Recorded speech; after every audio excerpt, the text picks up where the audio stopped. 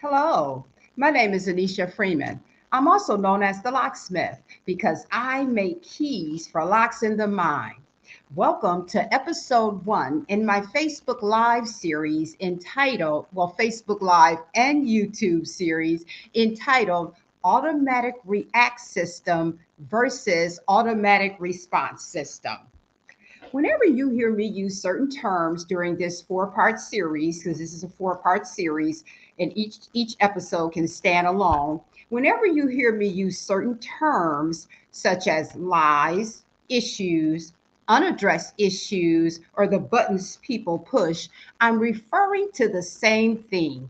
I'm referring to dysfunctional, unconscious beliefs that make decisions for people without their conscious awareness.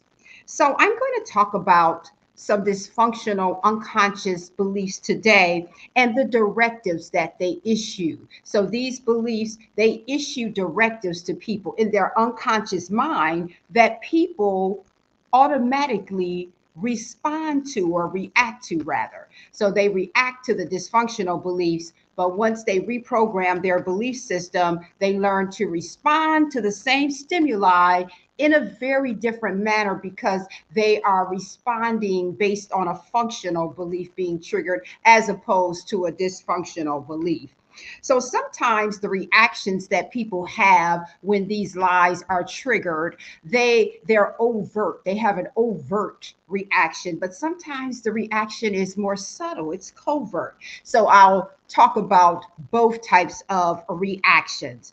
And then I'm going to compare and contrast the reactions to lies or dysfunctional beliefs to the responses that people give when a more functional belief is activated. And it can be the same stimuli that will trigger a reaction from someone once their belief system has been changed. The same stimuli will activate a response.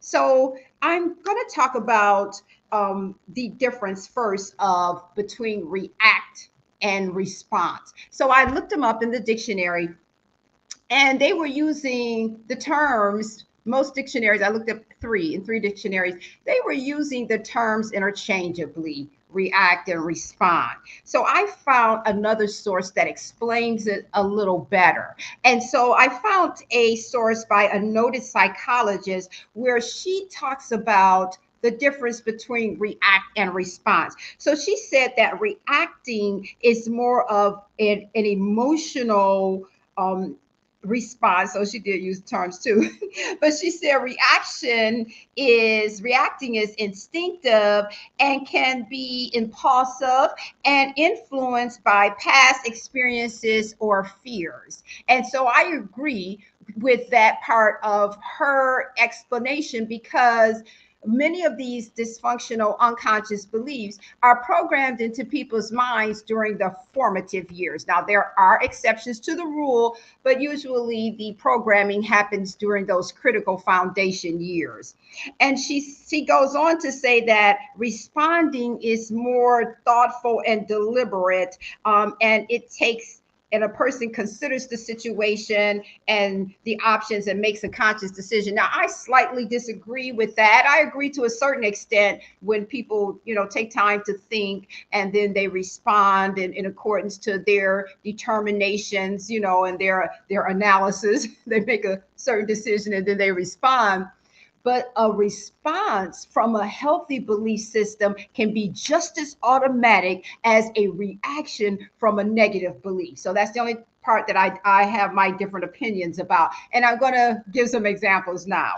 So I'm going to talk about several lies or dysfunctional beliefs, and then I'm going to talk about some of the automatic reactions that people have. Then I'm going to challenge that dysfunctional belief with a more functional belief. And then I'm going to give some examples of the response, the automatic response people have when the functional belief is activated. So the first dysfunctional belief or lie that I'm going to talk about is this one here. What other people say carries more weight than what you say. Now, remember, the beliefs are unconscious. People who struggle with this dysfunctional belief, they wouldn't walk into a room and say, hello, I believe that what other people say carries more weight than what I say. It's an unconscious belief that issues directives. So, some examples of the automatic reaction that people have, many individuals, when this lie is triggered, is that sometimes they overtalk people. This is an overt reaction, real obvious one. They overtalk people with panic in their voice, not allowing people to finish what they are saying. And so some people say, well, that seems like they would just shut down. Well, that is a more covert reaction. Some people who are afflicted by this lie, they shut down when someone disagrees with them, or they bow to other people's opinions. That's a covert reaction. Other people have a more overt reaction. They overtalk them, they cut people off. And let me tell you why.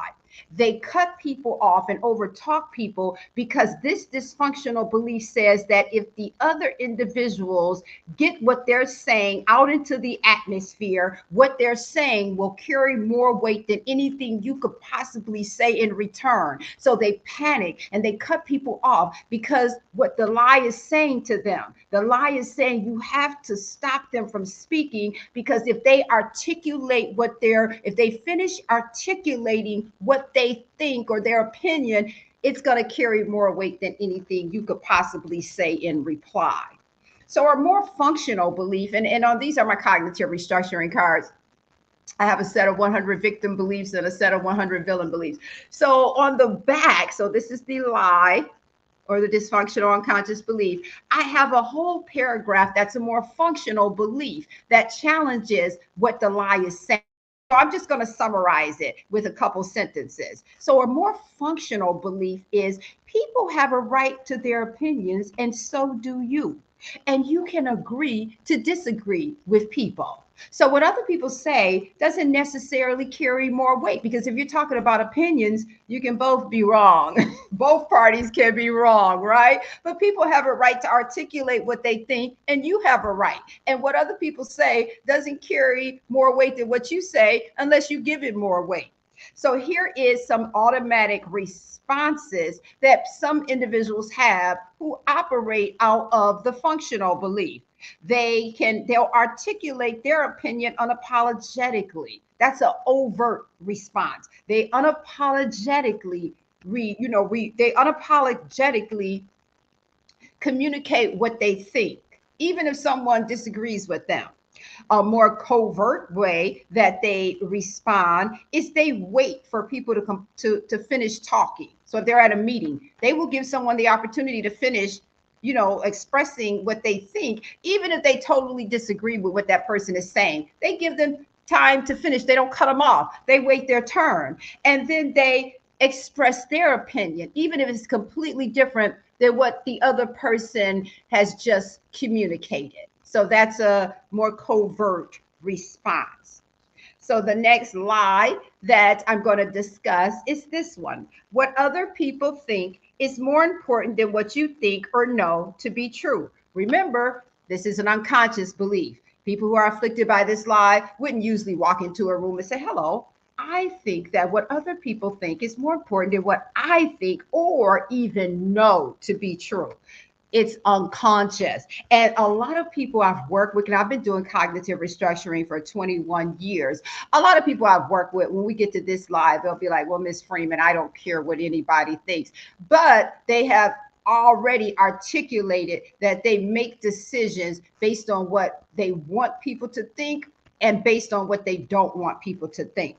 So some automatic reactions that individuals have when this lie or dysfunctional belief is triggered is that they display anger and hostility towards people who they think are thinking something negative about them. Now, they may not have any evidence Because I work with some people and I'm like, well, what makes you think they think all of these negative things about you? Now, some people, they have evidence. People have actually told them that they think negative things about them. But other cases, they're like pure assumption. So, but they act angry and hostile towards people. And that's an overt reaction based on what their internal dialogue is telling them other people think about them. And so that's an overt reaction. So, a more covert reaction is attempting to rally others to verify that you are not what you believe others think about you. So, let me explain that. So, that people who are afflicted by this lie, a more covert reaction is that they will go to other people and say, yeah, so and so says such and such about me, or so and so thinks such and such about me. They'll go to someone who they know will be like, well, that's not true. That's not who you are. And because they're looking for validation to actually, they're looking for someone to shut down their own internal dialogue. But all of this is unconscious, so they don't know that's what they're doing. Another covert reaction when this lie is triggered, what other people think is more important than what you think or know to be true. Another covert reaction is that some people will call an individual or people that they think have negative opinions of them,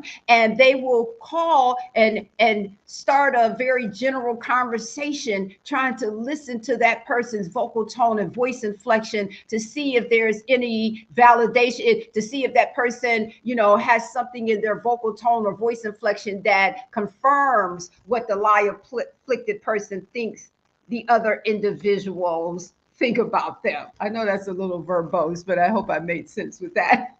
That's a more covert reaction to the lie. And so let's challenge this dysfunctional unconscious belief. What other people think is OPP, other people's property. And people have a right to have their own thoughts and opinions about whoever. Because I've asked some people who were afflicted by this lie and who are in the process of healing. I said, well, everybody do you have negative opinions about certain people that you know? And they're like, yeah. So if people have a right to have negative opinions about you, if you have a right to have negative opinions about people, why can't people have negative opinions about you? Why does everyone have to like you? You don't like everybody. And the people are like, that makes a lot of sense. So other people's thought processes are OPP, other people's property. And so another more functional belief is if it's a matter of opinion, you both could be wrong. But if you know something to be true and someone doesn't believe what you know, you can stand in what you know. And I have a cognitive restructuring questionnaire that deconstructs this lie and takes it apart limb by limb. And one of the questions is, how could what someone thinks about you, and it's more or less a rhetorical question, how could what someone thinks about you possibly be more important than what you know about yourself? So that's a more functional belief. So people who operate out of the functional beliefs, they express their opinion unapologetically, just this in a similar manner to the other functional belief that challenges the lie we talked about first.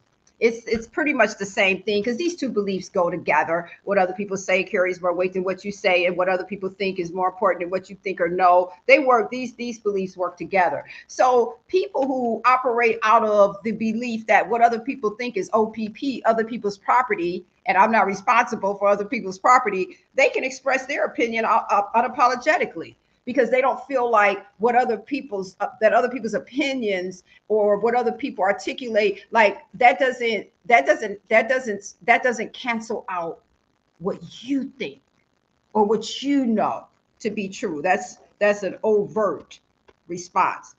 So a more covert response to the functional belief is engaging with people or interacting with people with confidence, not appearing nervous or uncomfortable around people despite people's nonverbal expressions, because these dysfunctional unconscious beliefs, whether we're talking about the victim-based beliefs or the villain-based beliefs, these beliefs can be activated and triggered by facial expressions, vocal tones, voice inflection, body language. One noted study on communication says that only 7% of meaning comes from words. The rest of the meaning in a conversation comes from facial expression, vocal tone, voice inflection, and body language. So people who operate out of the functional belief that what other people think is their opinion, and it's not more important than what I think or know. People who operate out of that functional belief, they can engage with confidence, not arrogance, confidence around people who may be giving, may have a disapproving facial expression, or sometimes that facial expression has nothing to do with the conversation or anyone in the room. They have some things going on in their own mind. They may be thinking about something in their personal life that's producing that facial expression. But in any case, a person will feel confident. So I'm a trainer. That's one of the hats I wear. I wear several hats. I'm a therapist. I'm a trainer. I'm a motivational speaker. I'm a life coach. So I do a lot of presentations and trainings, and periodically I will see someone in the training off in the audience who may be giving me a disapproving facial expression, or rolling their eyes or something. But because I've healed from these unconscious beliefs, and I had to heal from both, victim and villain. It's called VV ambidextrous. Because I've done a lot of work to heal from those beliefs, they don't trigger me, because the functional belief tells me even if that person is looking at you in a negative way because they disagree with you, they have a right to their opinion. They don't have to agree with what I'm presenting, the information. They don't have to. And I don't have to focus on trying to convince them otherwise and get off topic and stay on one point too long, trying to convince someone to change their facial expression. I don't have to do that, because I understand, because I have a relationship with the functional belief that says that what other people think is their personal property, and it's their right to have opinion that's different than mine, and I have a right to stand in what I believe. That's the power of these functional beliefs. So we might have time to do one or two more. So let's talk about the lie, or the dysfunctional unconscious belief. You are at the mercy of other people's decisions. So that lie will cause individuals to talk about the role that others played in whatever occurred that impacted them negatively. They won't admit that they played a role in not stopping what happened or not addressing what happened afterwards so it doesn't happen again. That's an overt reaction, is talking about what someone else did that negatively impacted them without acknowledging their role in the situation, or because sometimes they don't play a role, it just happened and they were collateral damage, or they don't talk about the boundary they set to make sure that it didn't happen again, or the damage control they did to remove or either remove or reduce the impact that someone else's decisions had on them. They don't talk about that. They just talk about what someone else did. So that's an overt reaction to this dysfunctional belief.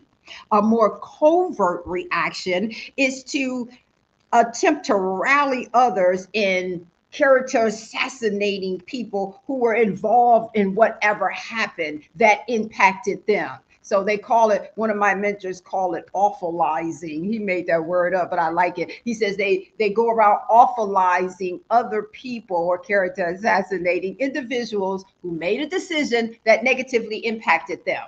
And so they have a right to vent about it, but they also, if you have a more functional belief, a person with a more functional belief, they're going to talk about, okay, this is what I did to correct the impact, or this is the damage control procedures I use to negate the impact of this other person's decisions that had an impact on me. So a more functional belief is, as an adult, I am at the mercy of other people's decisions only if I allow myself to be. And so then we're talking about short term versus long term. Because I worked the first 11 years of my career, I primarily worked with court mandated clients. And so a lot of my clients, when we would be deconstructing this dysfunctional belief, you're at the mercy of other people's decisions, they would be like, Miss Freeman, I am at the mercy of other people's decisions. I'm at the mercy of my parole officer or my probation officer. I said, yeah, well, to a certain extent. I said, but you're also at the mercy of your decision you were at the mercy of your decision to do whatever you did that caused you to be on probation or parole. And you're at the mercy of your own decisions, whether or not you're going to follow the guidelines that were set before you so that you could get off of probation or off of parole. I said, so it's still, the ball is still back in your court. You're at the mercy of your decisions.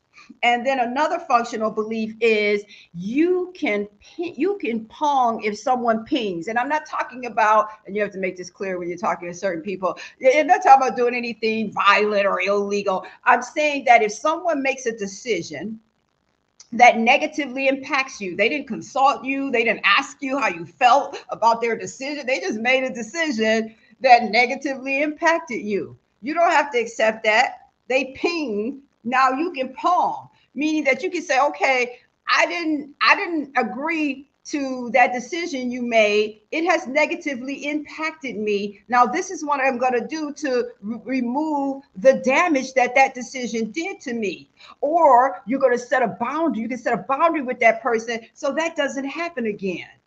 And so let me give an example. So let's say, and this is just a regular everyday example, but it can be something that is very extreme, or it can be something that doesn't have such a huge impact. So let me give just a general example. So let's say you're at the grocery store and the person who is packing your groceries decides, they make a decision to throw your groceries into the bag, and pack it any old kind of way. And they put all the heavy stuff in one bag, one little thin bag, or they put the soft stuff at the bottom. You're not at the mercy. You are not at the mercy. You can challenge this belief. You are not at the mercy of someone's decisions to how they pack your groceries. They ping, you can pong. And I stop people. I done stopped it on the front end, because I tell people when I go up, if I'm in a line where someone is, usually I pack my own stuff, but if I'm in a line where someone is packing my grocery, they get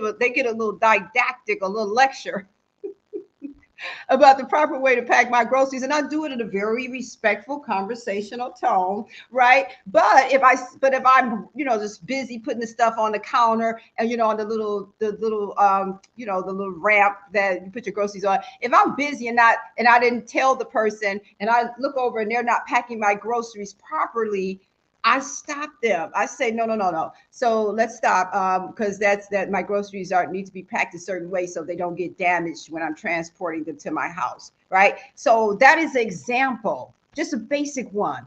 And some people may say, well, that's not a big deal. Why is that such a big deal? It's the cumulative effect of accepting people's decisions that impact you negatively, and you don't say anything or you don't do anything. The cumulative effect is anxiety, depression, anger, frustration, resentment, because that little thing adds up. So if I didn't say something and I let somebody inappropriately pack my grocery bag, and then I get into the store lot and I pick the bag up and it breaks and all of my groceries go scattering all over the parking lot, and I'm on my knees crawling under somebody's car trying to get my soup can that's done rolled up under. That happens so often with people because they didn't set a boundary. They didn't say, no, that's not how you pack my groceries. That seems like a little thing. But if the person struggles with setting a boundary with a cashier at the grocery store, then just think how they struggle with setting boundaries with people in their personal lives, people they live with, people they interact with in their professional lives, people that they work with every day. And so they put themselves at the mercy of other people's decisions. And the functional belief says that I don't have to as an adult. As a child, you were at the mercy of other people's decisions, but not as an adult. And so an example of someone having a response to a functional belief that says, I'm not at the mercy of other people's decisions that impact me. I can protect myself. I can set boundaries, right? They discuss a situation, and then they talk about the steps they took to protect themselves in that situation, the boundary they set, the damage control they did. That's an overt expression. That's an overt response to a to the functional belief. So a covert response to the functional belief that you're not at the mercy of other people's decisions unless you let yourself be, a more covert response is informing someone of your boundaries related to certain situations. So you can stop this on the front end. You don't have to wait till something bad happens, and then you can stop. Some stuff will just happen because people make decisions, and then you have to be like, oh, okay, that affected me, so now let's address it.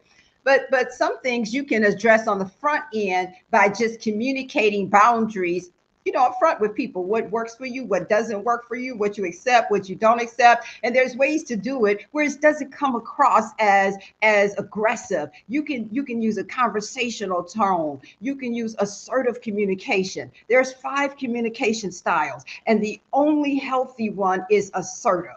That's the only healthy communication style. And so it's direct. But people who are passive, submissive, when they have that communication style, then those communication styles, when they meet someone, often when they meet someone who has an assertive communication style, they classify that as aggressive. And so if you don't, and it's not, aggressive is argumentative, is loud, is belligerent, but assertive is you're just directly expressing yourself. And in a lot of cases, you're expressing a boundary, and you have a right to protect yourself. So that's all we have time for during episode 1 of this series, Automatic React System versus Automatic Response System. I will be back next Tuesday at 12 o'clock p.m. Eastern Standard Time. These episodes are 30 minutes. There's going to be 4. Each episode can stand on its own. So if you missed one, you can still watch another one and completely understand it. So the dysfunctional beliefs that I talked about today are from my blue stack. I call them victim-based beliefs. I'm not calling people victims. I'm calling the beliefs victim-based beliefs. I talked about 3 victim-based beliefs during this episode. Next Tuesday, I'm going to talk about 3 what I call villain-based beliefs, because they cause people to react also rather than respond. So I'll talk about react versus respond as it relates to dysfunctional victim-based beliefs which cause people to react. And then I'll also talk about healthier, more functional beliefs that cause people to respond. If you would like more information about my work, I'm going to put the link to my website in the comments with this video. I actually have a discount for my life coaching packages throughout the month. I'm offering a 25% discount on my life coaching packages for the month of September. I'll put that information in the comments.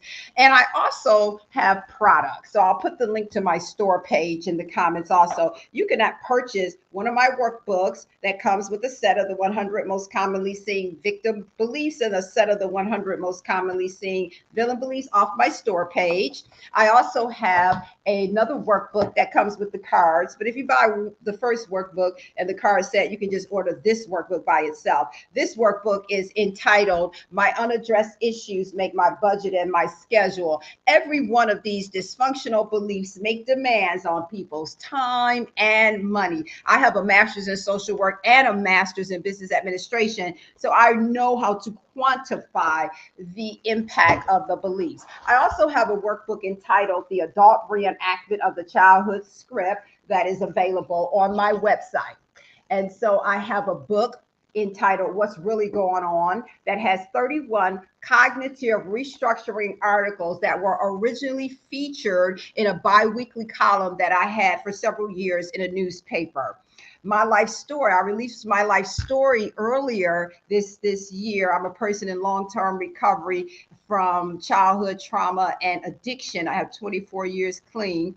And so I put I put my book on Amazon. So it's not listed on my store page on my website. I'm going to put it up soon along with the link to Amazon, but you can, I have it on Amazon You can get the ebook or the paperback on Amazon, and I'll put the link to purchase my life story also in the comment section. So that's all for episode 1. I hope to see you next Tuesday at 12 o'clock p.m. Eastern Standard Time. Have a good rest of your day.